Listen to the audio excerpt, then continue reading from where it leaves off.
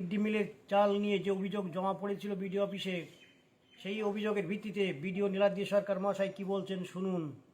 আমরা এই বিষয়ে একটা প্রাথমিক তদন্ত করেছিলাম এবং সেখানে মাস্টারমশাই এসেছিলেন, কিন্তু মাস্টারমশাই জানিয়েছেন যে উনি এখন হেড মাস্টারমশাই হয়েছেন, আগে চার্জে ছিলেন না।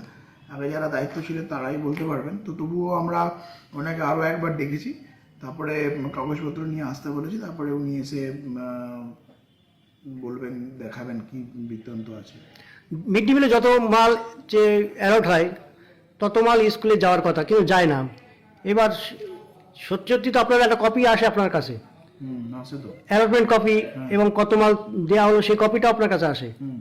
তো এরপরে যে যখন সি ফর্ম জমা দেয় তার সঙ্গে তো মিল থাকে না, এটা কি জানেন? না, সি ফর্ম যখন আসে তখন সেটা মিল থাকে, সি ফর্মটা মিল থাকে। এবার যদি মিল না থাকে তাহলে যেইখানে মিল নেই সেই স্কুলগুলোকে দেখতে হবে, কিন্তু মিল থাকে সি ফর্মে। তাহলে আপনি কি জানেন মিড ডে মিল যত মাল অ্যালট হয় তত মাল স্কুলে যায়? হ্যাঁ, স্কুলে যতটা অ্যালট হচ্ছে ততটা স্কুলে পৌঁছাবার কথা। স্কুলে সেটা মাস্টারমশাইরা রিসিভও করছেন সেটা। এবার কিন্তু অ্যালটমেন্ট কপি আর ডেলিভারি কপি, ডেলিভারি যত দেওয়া হচ্ছে এতে সঠিক বলে মনে করেন? সেখানে যদি কিছু ভুল ত্রুটি থেকে থাকে সেটা যে সংশ্লিষ্ট স্কুল এবং যে সাপ্লাই করছে তারাই বলতে পারবে।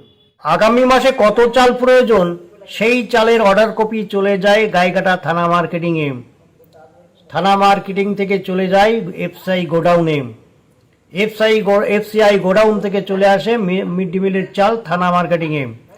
সেই চাল কিন্তু অ্যালটমেন্ট হয়, সেই চালের পরিমাণ কিন্তু প্রতিটা স্কুলে পাঠানোর নিয়ম।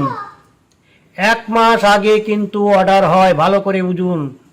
আগামী মাসে কত চাল প্রয়োজন তার অর্ডার কপি কিন্তু 1 মাসেই আগে কিন্তু অর্ডার করতে হয়। স্কুল কত চাল লাগবে শিক্ষকদের, প্রধান শিক্ষকদের যে গ্রুপ আছে সেই গ্রুপের মাধ্যমে বিডিও অফিসে পাঠানো হতো।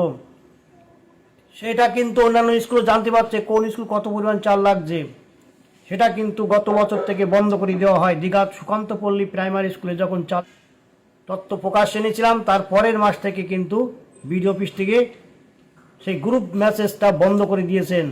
মিড ডে মিলের চাল নিয়ে যে অভিযোগ এসেছিল সেই অভিযোগের ভিত্তিতে, মিড ডে মিলের চাল নিয়ে যে অভিযোগ করা হয়েছিল সেই অভিযোগের ভিত্তিতে বিডিও নীলাদ্রি সরকার মহাশয় 11টা স্কুলের প্রধান শিক্ষক শিক্ষিকাদের এবং মার্কেটিংয়ের 2 কর্মী, ম্যানেজার শোকেন ভট্টাচার্য ও কর্মী অভিজিৎ ঘোষ সহ অন্যান্যদের ডাকার ব্যবস্থা করেছেন।